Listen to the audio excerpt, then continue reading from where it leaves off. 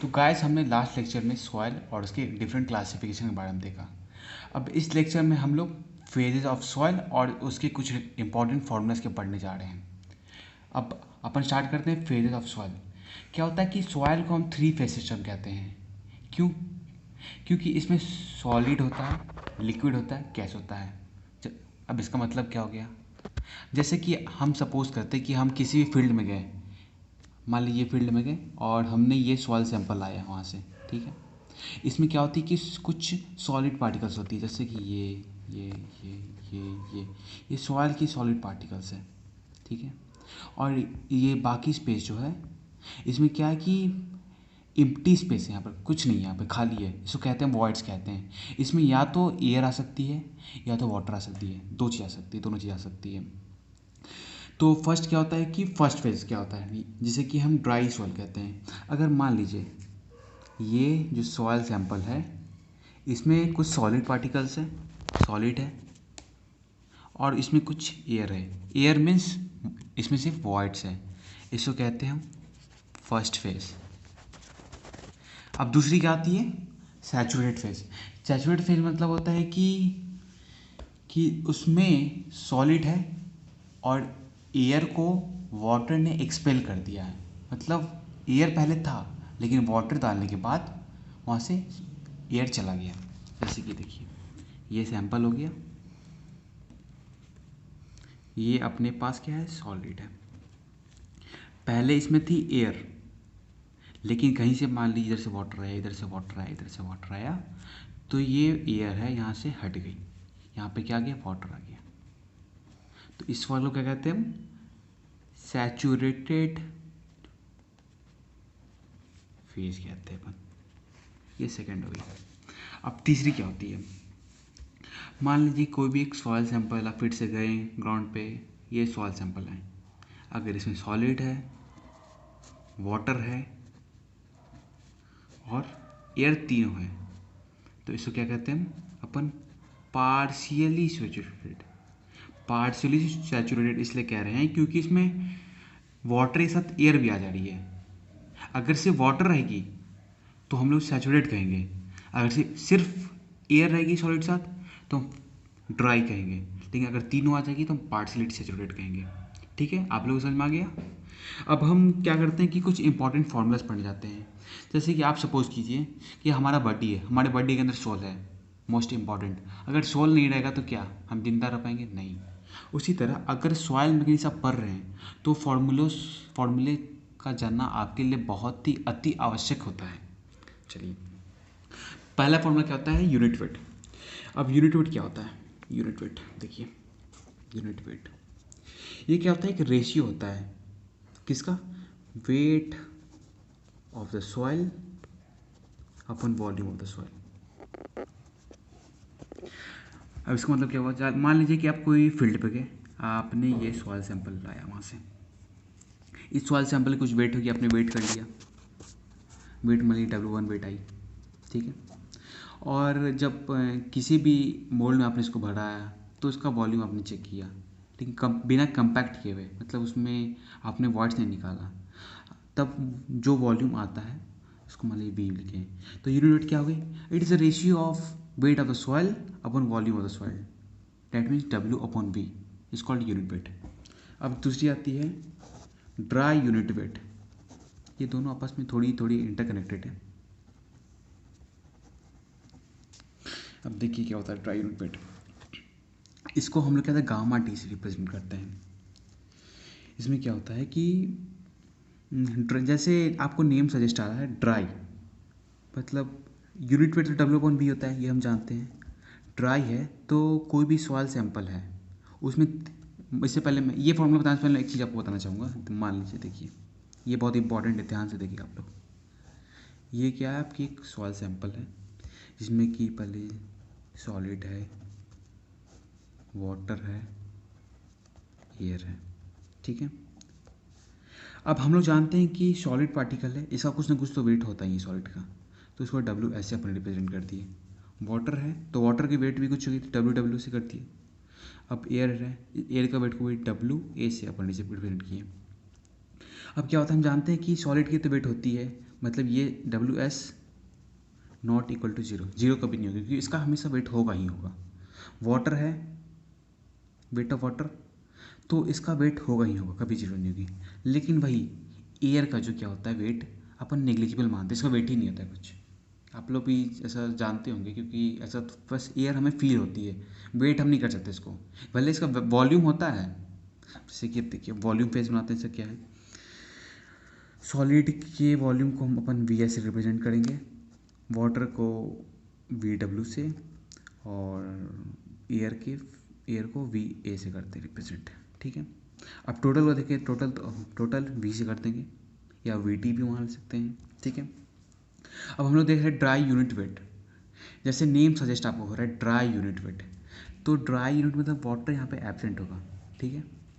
Volume तो होगी, volume पूरी, और वेट में वाटर नहीं होगा, तो volume of solid plus, sorry weight of solid plus weight of water. V V मतलब आपका हो गया, यहाँ पे ड्राई है तो ये वही हम लोग तो वाटर कंसिडर नहीं करेंगे, तो सॉरी ये मैंने एक चीज़ ये गलती से हो गई, wait of solid plus weight of air, ठीक है। और हम लोग जानते हैं एयर का वेट नेग्लिजिबल होता है इसको, तो इसको कैंसिल कर देंगे। अब वॉल्यूम ड्राई है तो वॉल्यूम वाटर का तो लेना नहीं है अपने को, वेट ऑफ वॉल्यूम होगी सॉलिड की प्लस वॉल्यूम किसकी होगी, वॉल्यूम ऑफ एयर होगी। तो गामा डी की वैल्यू क्या आती है, WS upon VA plus VS होती है, ठीक है। अब नेक्स्ट देखेंगे हम लोग फॉर्मूला, ये क्या होता है ना, इससे पहले हम बता देते हैं, अब जो फॉर्मूलाज आने वाली है वो हमारे लिए बहुत इंपॉर्टेंट है, जिसको कहते हैं सॉइल वाटर रिलेशनशिप कहते हैं।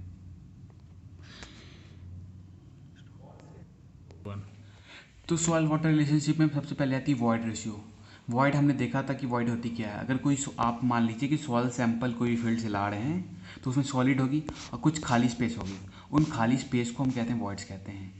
अब वॉइड रेशियो क्या होती है, वॉइड रेशियो होती है, it is a ratio of volume of void to the volume of solid, that is VV upon VS। VV मतलब वॉल्यूम ऑफ वॉइड्स, V मतलब वॉइड्स, और S है मतलब solid, volume of void upon volume of solid, इसको हम लोग E से represent करते हैं। अब दूसरी आती है पोरोसिटी। पोरोसिटी क्या होती है कि पहले हम अपना समझ लेते हैं इसको, कोई भी एक वाटर सैंपल है, अगर वाटर उसके थ्रू कहीं से पास कर रहा है या नीचे पास डाउन कर रहा है तो उसको हम बोलते हैं पोरोसिटी कहते हैं। इसको कैसे रिप्रेजेंट करते हैं, इट एन से रिप्रेजेंट करते हैं, और इसकी क्या फॉर्मूला होती है, VV अपॉन V। यहाँ VV क्या हो गया, वॉल्यूम ऑफ वॉइड्स, V हो गया टोटल वॉल्यूम। ये ध्यान दीजिएगा कि वॉइड रेशियो और पोरोसिटी में क्या डिफरेंस होती है। अपन क्या होता है कि डिनोमिनेटर में वॉइड रेशियो में वॉल्यूम ऑफ सॉलिड लेते हैं, लेकिन पोरोसिटी में टोटल वॉल्यूम लेते हैं। और इन दोनों में रिलेशनशिप देखें तो क्या होता है, अगर मान लीजिए कि आपको क्या है कि पोरोसिटी दी हुई है पहले से और आपको वॉइड रेशियो निकालनी है, तो क्या होता है कि E is equal to N upon 1 - N आता है, जिसमें यहाँ E हो गया वॉइड रेशियो, N हो गया पोरोसिटी हो गया, इसके थ्रू आप निकाल सकते हैं वॉइड रेशियो। ये फार्मूला जो है आप बहुत ही अच्छे से याद कीजिएगा, क्योंकि ये फार्मूला एग्ज़ाम में बहुत बार, हर सेट में बहुत बार पूछ जाती है। अब पोरोसिटी की वॉइड रेशियो के टर्म में क्या फॉर्मूला होती है, N is equal to E upon 1 + E, ठीक है। अब तीसरी होती है डिग्री ऑफ सेचुरेशन, कि अगर मान लीजिए कोई भी सॉइल सैंपल है, उसके पास कितनी वाटर है, मतलब एक सिंपल टर्म में कहना चाहें तो आप सेचुरेशन मतलब क्या समझते हैं, अगर मान लीजिए कि आपने कोई खाना खाया, ठीक है, उसके बाद भी अगर आपको कोई खाना दे रहा है, आपको मन नहीं है खाने का, तो आप क्या बोलते हैं, सैचुरेटेड है, पहले से खाए में इसलिए नहीं चाहिए आपको। तो इसको क्या करते हैं कि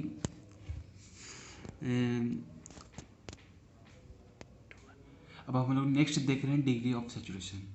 ये क्या होती है degree of saturation, it is ratio of volume of water upon volume of voids. ये क्या होती है कि रेशियो होती है वॉल्यूम ऑफ वाटर किसके रिप्रेजेंट में, वॉल्यूम ऑफ वॉइड्स के रिप्रेजेंट में। इसको हम लोग ऐसे रिप्रेजेंट करते हैं, अगर मान लीजिए कोई भी सॉइल में अगर वाटर सफिशिएंट अमाउंट में है तो उसको सैचुरेटेड कहते हैं। मान लीजिए कि अपन हम एग्जांपल देखते हैं, तो अगर आपने मान लीजिए खाना खा चुका है आपने, और आपको मन नहीं खाना खाने का। अगर आपका दोस्त है वो ज़बरदस्ती बोलता है अरे भाई लो अपन खा लो और भी कुछ, लेकिन आप बोलते नहीं नहीं भाई पेट भरा हुआ है और खाने का कुछ मन नहीं है, तो आप वहाँ पे क्या सैचुरेटेड हो गए आप। उसी तरह अगर सॉइल सैंपल वहाँ पर है, वाटर उसमें सफिशिएंटली भरा हुआ है, तो सॉइल को वाटर की जरूरत नहीं है, तो उसको कहेंगे सैचुरेटेड है। इसी को कहते हैं डिग्री ऑफ सैचुरेशन कहते हैं। ये देखिएगा कि ड्राई सॉइल कोई भी होती है, डिग्री ऑफ सैचुरेशन की वैल्यू 0 होती है उसके लिए, क्योंकि कोई वाटर ही नहीं है तो डिग्री ऑफ सैचुरेशन कहाँ से आएगी इसमें। अब और सैचुरेटेड सॉइल के लिए डिग्री ऑफ सैचुरेशन 1 होती है, क्योंकि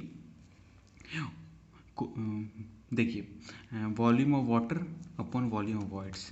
वॉइड्स में क्या है, सैचुरेट सॉइल है मतलब वाटर पूरी भरी हुई है। अब वॉइड्स में जब पूरा वाटर भरा तो डब्ल्यू वी को हम डब्ल्यू से हटा देंगे हम, ऐसे कटेंगे तो बना जाएगा, इसलिए हम सैचुरेट सॉइल की वैल्यू हम स्मॉल लेते हैं। अब नेक्स्ट होता है एयर कंटेंट। इसको हम लोग AC से रिप्रेजेंट करते हैं। ये क्या होता है कि ये रेशियो होता है volume of air to the volume of voids. मतलब जितनी वॉइड्स हमारे पास प्रेजेंट है सॉइल में, उसमें कितना एयर है, कितनी percent of volume of air है, उसको कहते हैं हम एयर कंटेंट कहते हैं। नेक्स्ट अब नेक्स्ट होती है परसेंटेज एयर वॉइड। इसको हम लोग NA से रिप्रेजेंट करते हैं। कभी भी कंफ्यूज मत होइएगा किसमें, परसेंटेज एयर वॉइड्स में और एयर कंटेंट में। परसेंटेज एयर वॉइड क्या होती है, ये रेशियो होती है volume of air upon total volume. इसको हम लोग एक और दूसरे टर्म में डिपेंड कर सकते हैं, N is equal to N into AC। ठीक है। अब नेक्स्ट आती है water content. The ratio of mass of water present to the mass of soil particles W और sometimes moisture content, it value 0 for dry soil and its magnitude can exceeds 100%। Water content क्या होती है, अगर मान लीजिए कोई भी एक सॉइल सैंपल है, उसमें कुछ सॉलिड पार्टिकल्स होगी, उसका वेट हमने ले लिया, और कुछ वाटर होगी उसमें प्रेजेंट, उस वाटर का वेट ले लिया।